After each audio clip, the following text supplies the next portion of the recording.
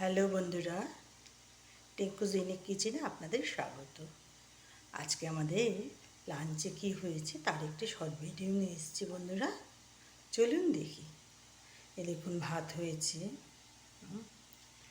এদিকে কাটা পোনা ভোলা মাছ মিশিয়ে পেঁয়াজ দিয়ে ধনেপাতা দিয়ে ঝাল হয়েছে, চাল কুমড়োর তরকারি হয়েছে, লেবু কাটা হয়েছে। এ দেখুন কাঁকরোল ভাজা, কুঁদরি ভাজা, ওল ভাজা, আর এটা হচ্ছে বকফুল কুচি করে করে ভাজা হয়েছে। বকফুল অনেক তো গাছ পড়ে গেছিলো, সেই পেঁয়াজ দিয়ে রসুন দিয়ে ভাজা হয়েছে বকফুল। ডিম ভাজা, ধোকার ডালনা একটু হয়েছে, বরের জন্য বর নিরামিষ খায় তো ওর জন্য।